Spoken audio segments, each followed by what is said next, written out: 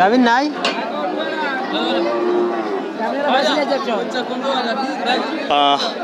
আসসালামু আলাইকুম দর্শক, কিছুক্ষণ আগে কিন্তু আমরা দেখেছিলাম যে একটি গরুর চেক আপ হয়েছিল।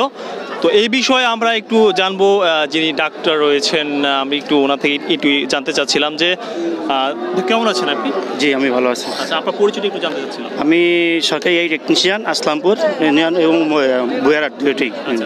আমি কিছুক্ষণ আগে দেখেছিলাম যে আপনি একটি গরু চেক আপ করেছিলেন, আসলে এই গরুটার সম্বন্ধে বিস্তারিত জানতে চাচ্ছেন। এটা ওনারা কোরবান দেবে, এই জন্য মানে এটা গর্ভধারণ করছে কিনা সেই জন্য ওনারা চেক আপ করছে।